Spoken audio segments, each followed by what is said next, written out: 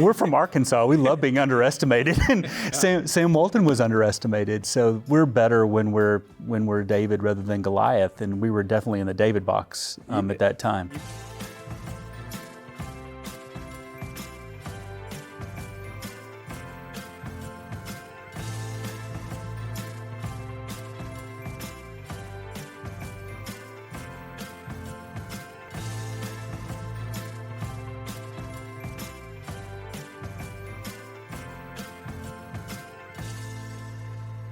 I'm here in Bentonville, Arkansas, home office of Walmart, with CEO Doug McMillon in his very last week on the job. He's had an extraordinary 12-year run to build what is now the world's largest company. Doug, thanks so much for taking the time. Thanks. Good to see you, Alan. What are you doing next week? Walmart board meeting. Oh, no. Yeah. So no First quick... 3 days that I'm not CEO, I'll be in California with our board. So no respite. No, not yet. Look, if anyone had asked me, or really any business analyst 12 years ago, what Walmart's next decade was going to look like in the world of Amazon and technology, we would have all said you were toast. Didn't have a chance. I'm sure you heard that many times. Sure did. And yet here we are today, world's largest company, 4x increase in stock price. You surprised?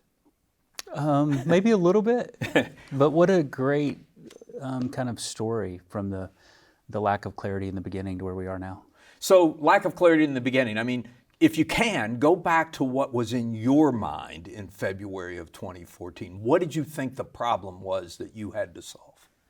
Well, I was very focused on e-commerce, but the first thing that needed to be done was to get the U.S. Supercenter comps up. I had been in Sam's for 6 years and then international for 5, so it had been 11 years since I'd been in our Walmart U.S. business, and we'd had several quarters of negative comps and some ups and downs there over the last few years leading up to 2014. And so the company set me up well. Mike Duke started immediately talking to me about the need to change strategy and empowering me and others to drive change. And I used the time between the announcement date of me taking this role and actually taking it to go to Walmart stores all over the U.S. and ask our associates what we needed to do. Just grab a yellow pad and ask them, what do you think we ought to change? And they gave me a great plan. It was not an unfamiliar plan. It was, our wages are too low, you need to raise our wages, you need to help us with schedule certainty, you've got to get inventory out of the back room and get back to everyday low price and flow inventory. Basically wrote a prescription. And so the U.S. Supercenter comp was job 1, e-commerce became job 2, and then there were other jobs down the road. And on the e-commerce piece, Jason Del Rey in his book, Winner Sells All, said you made a trip out to Silicon Valley, talked to some of the leaders. He talks particularly about a meeting with Larry Page where he said, no chance a legacy retailer can beat a technology provider like Amazon at this game. Do you It was basically a dumb pipe message, like your margins will go away and you're gonna struggle to survive, and you should be giving us all your ad dollars so you have a shot at doing that. But that wasn't the only conversation that kind of went that way. You had many of them. Yeah, there was it had to be a little discouraging. Actually, it was to be told you're a dumb pipe. We're from Arkansas. We love being underestimated, and Sam Walton was underestimated. So we're better when we're David rather than Goliath, and we were definitely in the David box at that time. You felt encouraged by that. Yeah, I was motivated by it. Awesome. Yeah. So 2 big decisions. 2 controversial decisions, 2 expensive decisions that you made early in your time that have really kind of defined that time, and you've already hinted at both of them. But the first was to raise associate pay, training, a big investment, $3 billion in lifting your associates. The markets hated it. You got pummeled in 2015. Yep. Well, that was fun. Why did you do that in spite of that market sentiment? Well, that plan that I mentioned was one that I really believed in, and others did as well. And when we talked to the board about it, we said, here's what we need to do. And the bad news is it's going to cost us a lot. We're going to have to take the earnings of the company down, reset the operating income percentage with these wage investments and price investments. And then we'll come back and talk to you about e-commerce. And to the board's credit, all of them, the Walton family members as well as the independent directors, said, we agree with that plan, but we want you to be even more aggressive. So instead of investing what you have proposed take 2 weeks, we're going to have a conference call, tell us what you would do if you were a lot more aggressive than what you said. So you took it up? We did. We went up even more, which led to the reaction in 2015 by the investment community. I mean, my sense of the Walmart strategy and of the Walton approach, and through reading books and others, was you would pay the lowest price you could possibly pay for every input, and labor was included. It seems like what you did then was a pretty big change. I think if you go back, that actually wasn't the way we were approaching it. We basically paid at market for the hourly wage and then plussed it up with a bonus, with access to a stock equity plan, profit sharing back in the day. So as it relates to associate wages, it was never in our plan to pay the lowest amount we could. We've paid more than that minimum wage, for example, forever. But what had happened in the years leading up to it is we just drifted south. When we had pressure, we didn't keep up like we should have. So that was the big adjustment that needed to happen. How important was that in the success? Yeah, huge. Because our people do make the difference. This is an associate-driven company, and it was a sign of respect. Not only the wage increase, but everything else they asked us to do. We just went and did that, and we told them that's what we were doing. And they're the ones that make things happen. So not only quantitatively, but emotionally, it meant a lot because they said they heard us. And I want to talk about technology, but it's interesting you put that before the technology move. Yeah. You couldn't do the technology stuff if you didn't get the people to the right place. You're not going to have happy customers if you don't have happy associates. Yeah. So let's talk about technology. The other big and controversial decision you made was to buy Jet.com for $3 billion and something. 3.3 billion. 3.3 billion. This is a money-losing company. About $1 billion in GMV at the time and no profit. It was and had to be a cultural misfit for Walmart. I mean, not making any money, didn't care about margins, didn't really understand the culture, high pay for the executives. You personally made that happen. If you rewind just a little bit, I'd been flying around the world, going to China, going to all these markets and seeing what was happening with digital and e-commerce for years. And we had a grocery home shopping business in the UK where the Asda colleagues were delivering grocery orders from the internet to people's homes. And I'd seen the customer response, and I'd started to see click and collect, where you could order on the website, you could walk into an Asda store, stand in this circle, and somebody would bring you your groceries. That's what it looked like back in 2012, 2013 maybe. And so grocery e-commerce felt like a place we could win. We had stores close to people. Our hypothesis was that Americans will drive to pick up groceries just like we do at drive-thrus. So if you looked at where e-commerce penetration was by category at the time, really high penetration in books and electronics and starting to be higher in sporting goods and some other categories, home, but really low e-commerce penetration in food. And there were people that were saying, well, how would you even do e-commerce with fresh produce? You're not going to ship a banana in a brown box and leave it on somebody's, doormat. But we actually had confidence that we could do a dual strategy. But we needed help on e-commerce expertise, and we needed help on the general merchandise stuff. The food plan, it felt like internally we had a shot at figuring that out, and there were people from Asda and from Walmart that were kind of on that. But when we met Mark, there was a kindred spirit there in terms of the belief in e-commerce, and Mark did a great job. You say we, but it was you and he. The first meeting was between the two of you. Yeah, we had a common friend who introduced us, and he came to Bentonville, and Mark and I wrote on the whiteboard on how e-commerce could work, and I got excited. Yeah, well, so and it was, it was, I'm sure it was rough, but it obviously turned out to be the right decision. But I want to stick with this for a minute, because the whole purpose of this podcast is to help other people who are going to have jobs like the one you're stepping down from, and to understand the difficulties and the challenges. It had to be hard taking an e-commerce company with the culture of kind of a money-losing culture and bringing it to Bentonville and trying to integrate it. How did you do it? How did you put it together? Well, had a huge advantage in the Walton family and the board and their long-term view, which gave me some room to take some risk and try some things. I'm not a risk taker by nature, but there were risks that had to be taken. Jet was one of them, but it wasn't the only one. But once the Jet acquisition was made, then you have the classic Clay Christensen's dilemma, innovator's dilemma, with an older, profitable, big business and an unprofitable business with a bunch of mavericks, many of which come from outside the company that have a different set of beliefs. And And so we kept it separate for years so that the older business wouldn't kill the newer business. But there were many debates over strategy, the details of the strategy internally, and there was friction. Yeah. And I and others just kept reminding everybody, hey, listen, we invested in our core business first. Billions of dollars of wage increases, billions of dollars of lowering prices, and the shareholders paid for that. On the e-commerce side, we're running e-commerce losses, but we believe there's, number one, the customer wants e-commerce, full stop. Like, we have to change to serve them the way they want to be changed. We don't decide how people shop. So that was like a conviction that I deeply held and deeply hold today.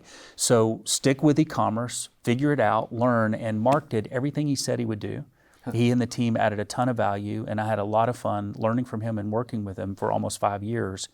And then John Ferner and other leaders come along that are omni in terms of thinking, mindset, capabilities, and we could really start putting things together. And so when the time came, we had to get scale, and we had to learn the business model, and we had to go through pain, including a bunch of losses, to get there. But interesting, so you don't feel you could have successfully done that if you hadn't made the investment in people first? No, we would. If we were still running negative comps in the stores, there wouldn't have been the confidence to take that risk. Yeah.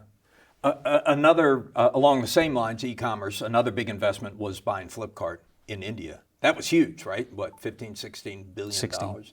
And still doesn't make money, if my understanding is right. Flipkart and PhonePe will be going public before long, and we'll talk more about that then. But great progress has been made. Let me leave it at that. But no question in your mind it was the right thing to do. Yeah, it was great. Yeah. Really good investments. India is such a great market. E-commerce is a wave of growth in the country. Both the leadership at Flipkart and PhonePe are terrific. And that was an area where Greg Penner, our chairman, really had a conviction and was a great partner in that process for me and the management team. And they both turned out to be great investments. I think that the company's going to be very happy with those for a long time. Yeah. So what surprised you about being CEO? What was different than you expected or had been led to believe? Well, like the first day that I was in this job, I went and rode with a truck driver and went to stores. But the second day I came in the office, and I had been in that office. It was Sam Walton's old office, and I'd been there a lot with Mike and with Lee, but I couldn't sit behind the desk. I was spooked. So I grabbed my stuff and I sat on the opposite side of the desk that I was more comfortable with.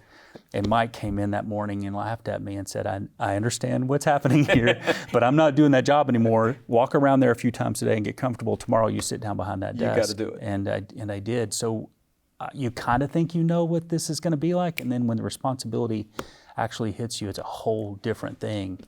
Yeah. And then there's uncertainty, and there's risk taking, and there's just one of the things I'm going to miss is the grind of it. No, you're not a risk taker. No, I'm not. But to get growth, you have to change, and with change, you have to take risk. Look, this is a debate that goes on in every boardroom in every company around the country. You were a lifer. You had never worked anyplace else your whole life but Walmart. Was that an advantage or a disadvantage? Huge advantage, because I cared so much. But the company had to transform to something that you had no experience. But who better than someone that you know loves it and cares about it as much as you do, saying, hey, we've got to change it. And the parsing, this was an interesting thing that I don't think I understood, definitely didn't understand in the very beginning. The team and I, folks like Dan Bartlett, had to sort out for people answers to the question of what's going to change. So in the very beginning, the whole world was asking, the investment community, our associates, what's the plan? And we were working on trying to figure that out. We knew what we wanted to do with the super centers, as I described. We knew we were going to go after e-commerce, but there's not a whole lot of clarity beyond that. A few thoughts on what we could do with the international portfolio. But to make a long story short, what we figured out was we can't answer the question on what's going to change because it's so long, it'll intimidate people and scare them. So we just have to tell them what's not going to change. So we started standing up in meetings and saying, you're all wondering what's going to change, and the answer is almost everything. But what's not going to change is Sam Walton gave us this great purpose. When he accepted the Presidential Medal of Freedom, he articulated, we save people money and help them live better in a beautiful way, and if people haven't seen that, they should go watch it on YouTube. And the other thing that's not going to change is the values that we have as a company and our culture. Our people make the difference. We're servant leaders. Those kinds of characteristics aren't going to change. Everything you're else not just saying wide that. open. I mean, a lot of people say that, and then you take a closer look, and it's not clear. You made that fundamental to what you were doing. Absolutely. Throughout.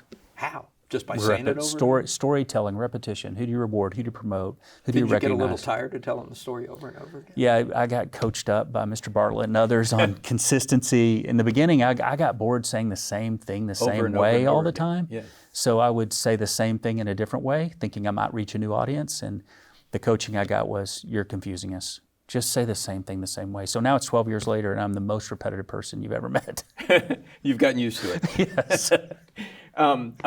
Let's talk about COVID, because that was a big moment for Walmart. Tell me how that felt. It hit fast. It did. We had stores in Wuhan. So in January of 2020, our leaders on the ground in China started dealing with the outbreak. And we were getting reports, having phone calls, seeing pictures of what was happening. I don't think we realized until maybe the latter part of January, first part of February, that this was going to be everywhere. And so you start to get your mind around what you're going to be faced with. And the team did a remarkable job. And if I had one lesson from COVID, it's that we had great people who could be trusted to make great decisions. Cycle times went up. We have a rhythm within the company that's kind of a monthly, quarterly rhythm. Well, I should say weekly, monthly, quarterly. It became daily, hourly, and the leadership team, almost always on Zoom, was together making very fast decisions. And when we didn't know what to do, we would say to someone, you decide, you're in the best position to know. You tell us tomorrow what you decided and go. And it was more everything like putting plexiglass up at all the checkouts and at the pharmacies. Do you need masks or not? Remember, there was a debate over whether we need masks. Sure. John Ferner was leading Walmart US, and at one point the debate was kind of over, and I remember being on a Zoom and saying to John, it's clear we're going to need hundreds of millions of masks. Would you go get them? And he said, I'm glad you feel that way, because I bought like 200 million plus a couple of weeks ago, and so they're coming. How does that go down? How does that go down in a company that had always been so focused on margins? You know, delivering. Great lesson from Lee Scott and Katrina as it relates to that. When New Orleans flooded and Mississippi got hit, there was this moment where Lee Scott, who was our CEO, and I was leading Sam's Club at the time, he said to us, don't worry about the P&L, unleash everything. We know what needs to be done. Send people, send money, send supplies, we'll add it up later. That's how you approach the pandemic. So we came up with some principles and said to everyone, okay, job one, keep everyone safe, our customers and our associates. Job two, keep the stores open, flow the inventory. People are going to lose their minds if they can't get what they need. Remember all the stuff that was disappearing. Yeah. Step three, we're going to have cash flow. Help others if you can.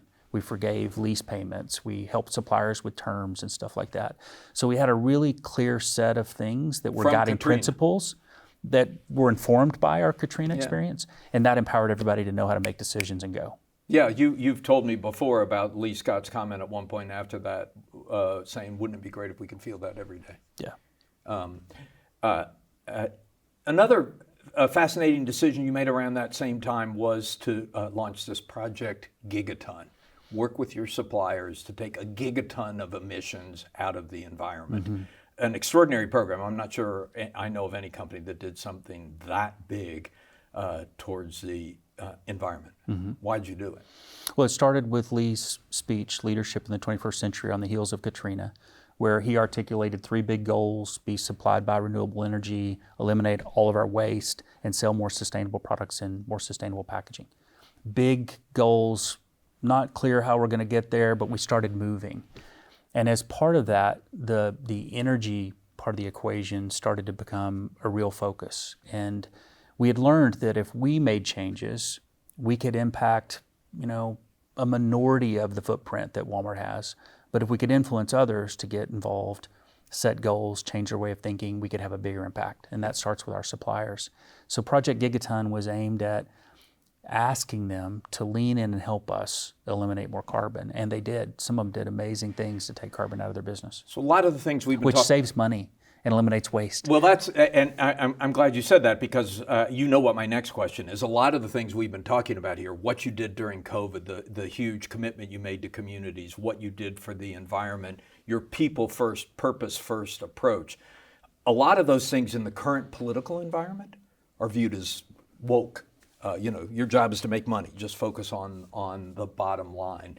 And you were part of the Business Roundtable effort that created the Stakeholder capitalism statement that said, hey, this isn't just about shareholders, it's about customers, employees, the communities you serve, and the environment.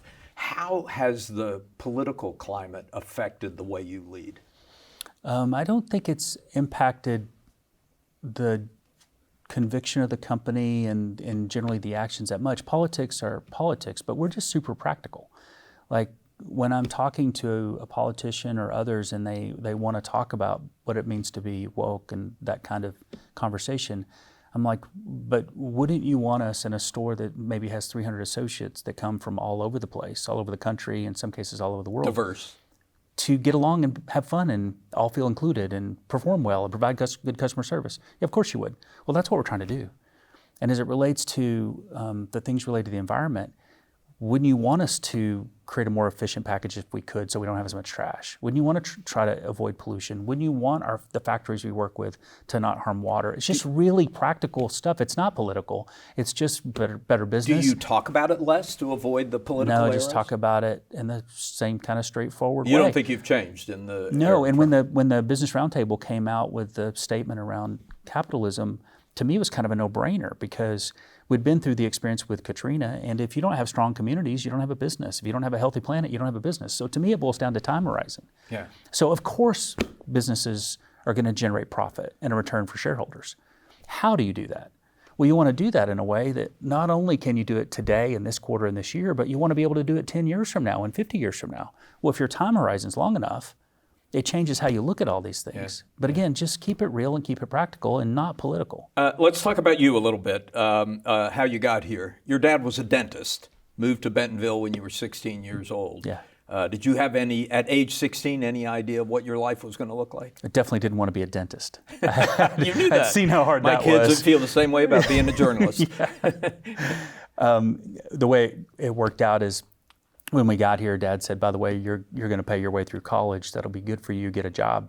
Wow. I was mowing yards and stuff like that. But in Bentonville at the time, there was McDonald's, a Kraft cheese factory that's now a museum, and a Walmart distribution center, a couple of them maybe. And Walmart paid $6.50 and McDonald's paid $3.35, and Kraft never called me back.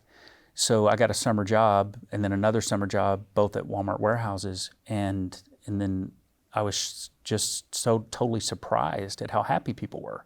Huh. It was hot. Huh. Summertime, you couldn't touch the top of those trailers. They literally burn you in a painful way. So hot. But the people working in the warehouse were talking about Sam Walton, profit sharing, talking about the company in a way that I was shocked by. So I kind of got the bug then to learn more about Walmart, and then started hearing more about Sam and Helen and what they were doing. Wanted to learn something, so I applied for a local bank, which the Waltons also owned, and got an air-conditioned job to learn a little bit. And when I was leaving to go get my MBA, the president of the bank said, do you think you might want to have a management training experience with the banks? And I said, I think I want something faster. And he said, you should go talk to Walmart. And he set up an interview, which got me into the merchant training program. I then worked in a store and then came into the home office as a buyer. You were doing bait and tackle at some point. Yeah, they gave me fishing tackle when I walked through the door. Yeah, did you like that? I did, but I didn't get to do it that long. They sent me to food. Did you ever think about leaving? Only once, maybe twice, where someone called, and at the beginning, when I took my first Walmart job in the home office, I was making less than my wife, and she was teaching second grade. She was kind of disappointed in me. Oh my God! It took a little while for that to pay off. Yeah. She's like, I waited for you to get your MBA, and you didn't even ask how much money they're going to pay you, and it's less than I'm making. Yes, ma'am, but it'll work out. Where in this journey did you learn leadership? Who were your mentors? Who were your coaches? Day at a time. Yeah, I was so blessed to get to the home office before Sam passed away and got to watch him lead a few Saturday meetings, in addition to seeing him lead shareholders meetings over the years. And then David Glass, Don Soderquist, Lee Scott, Mike Duke, Don Harris, so many people that are my friends. Those were your teachers. I just was watching everybody and saying, I like that, I'll steal that for my toolbox. And I'm just a reflection of the leaders that have been here. Yeah. And when did you start to think, I can do this? I loved being a merchant, and my dream job was to lead departments and maybe be a chief merchant in the business someday. And I was the chief merchant at Sam's, and Kevin Turner, who was my supervisor leading Sam's at the time, left and went to Microsoft, which created an opening, and the company let me do that. And that was when I realized this is going to be more than merchandising, and I need to start really learning the entire business in a different way. Were there any leadership books you read that particularly influenced you? Stan McChrystal's Team of Teams is yeah. always the one because of communication and working across silos. Like what ended up happening at Walmart is we had these historic silos, merchandising and operations, which made a lot of decisions to run the company, supply chain, marketing, finance, everything else. And to do what we needed to do for the customer and member, we needed to look more like a digital startup and work across silos differently. And that book helped. How would you describe your theory of leadership? It's Sam Walton's book. Like if you read Made in America, that's how I think about it. It's about servant leadership, and it's about what we do together. Yeah, yeah. What was the biggest mistake you made as CEO? I made some mistakes with acquisitions that were big and expensive. Can you be a little specific? As CEO? Yeah. Yeah, because I made a lot of mistakes before I was CEO. My mind was running there. Yeah. As CEO, I mean, the answer everybody always gives is we didn't go fast enough. Yeah. Obviously, if I could do it over again, we'd go faster because I would have known more, but it was part of the journey. I made talent mistakes. I made all kinds of mistakes. Any big regrets, something that you wish you had taken on that you didn't think to take on? That we didn't figure out healthcare. Yeah. Not so far. Yeah. I mean, and you tried. You made some big investments there. Hit our head against that wall for years. Why do you think that is? Somebody needs to figure it out. It's quite complicated as it relates to incentive design. When you look at the whole system, whether it's the role government plays, governments, payers, the rest of the payers, it's got an incentive design problem. We are rewarding people for treating people when they're sick instead of rewarding people for keeping them healthy. And until the country decides to flip that model, which will take Congress and take some things beyond private sector's control, I don't see how that changes. You wouldn't recommend your successor take that on? I think with AI, there are things we can do to help people be more informed. We sell more food than just about anybody, so we have a role to play there. We can play a role with pharmacy, so I would definitely work on health. Yeah. When we tried to open clinics, the business model just didn't work despite what we thought we could create. Well, let's talk about AI since you raised it. I mean, you made some pretty interesting comments a few months back about how telling your employees AI is going to change all of their jobs, or most of their jobs. You haven't been able to think of one yet that isn't going to change. What do you see as the big challenge of the next decade? Well, what AI makes possible is very exciting. And I start by thinking about growth opportunities and serving people better. There are things about shopping that customers still don't like, and we should make those go away, and we should invent new things that they love. And AI is going to help make that possible. Everything from front end to back end is going to be transformed, and that's exciting. And that will have an impact on employment and our associates. So I start first with growth, second with productivity. It will require us to change our skill sets. It will require us to change how we work. And one of the reasons why I'm retiring now is because John is better suited to lead these transformations that are coming in the next decade plus than I would be. Why? He's got a stronger digital and technical acumen than I do. And he loves the company, has done all the jobs, and he's 8 years younger than I am. You're not just leaving because you're tired of the job? No, I love the job. But you're young. What, 59? I don't know whether I'm young or not. You tell me. It's all relative. In my book, you were young. Okay. Well, we'll figure that part out later. But he and the team, not just him, but the team around him, are ready to run at AI in a way that gives me a lot of confidence. Any idea what you're going to do? Would you take on another full-time CEO job? I don't think so. No. I mean, this is the best CEO job in the world. Would you take on would you consider politics? A lot of people have suggested. Nope. Not a chance. No, you thanks. know too much. Yeah. So what are you thinking about? Some combination of business and philanthropic stuff and whatever my wife Shelley wants me to do. It's about time for her to call the shots. She's been calling the shots, but maybe in a little different way. Okay, we have very little time left, so I want to do some very quick questions. Current CEO who you most admire, other than yourself? I've got a lot of friends. I don't want to leave anybody out, but Satya, Jamie, Mary, Bara, James Quincy at Coke. Yeah. I mean, Great bunch of good friends. Purpose-driven leaders. Favorite book of all times? The Bible. Good man. TV show, favorite TV show. Are you a Landman guy or a Ted Lasso guy? What do you like to watch? I like Ted Lasso a lot, but we also have watched Landman. Fitness hack. Are you a runner, weight trainer, or something Basketball. else? I'm still playing basketball. Really? Pretty much Good every for you. week. Knees are holding up? It's not pretty, but I'm still out there. Great. Car of choice? I like my Tesla. Good for you. And favorite place to escape and get away from everything? Any beach, anywhere. Warm weather, not cold weather. I like to snow ski some, but warmth. I would pick the Snow beach. in Bentonville today, which is a little unusual. Yeah. And you got a board meeting next week, but then after the board meeting, what's the first thing you'll do when you're free of this? They are letting me come back here for certain meetings once a month, so there'll be a few days a month when I'm here. And then after that, I literally don't know what I'm going to do, but I'm excited about taking some number of months and not having a plan. I've been working since I was a child. Against a plan. Yeah. It's strange. It is. I mean, when people get to this point, they're going to experience this wide range of emotions too. It is a thing to go through this. Well, enjoy it. You deserve Thanks, Al. to take your time, and thanks very much for taking some time with us. Thanks. Great job.